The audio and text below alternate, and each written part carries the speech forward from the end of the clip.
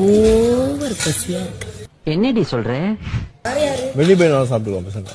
Early morning breakfast, அப்புறமேட்டு evening snack எல்லாமே கரெக்டான டைம்ல வந்து நல்லா சாப்பிடுவோம். நீ என்ன சொல்ற? நீ என்ன ஸ்நாக்ஸ்லாம் சாப்பிடுவ? என்னடி சொல்ற?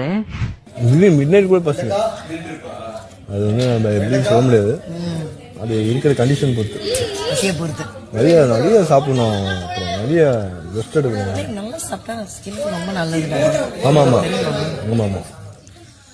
மெயினா முழுங்கிறது தான் வந்து நல்ல ஒரு. நீ என்ன சொல்ற?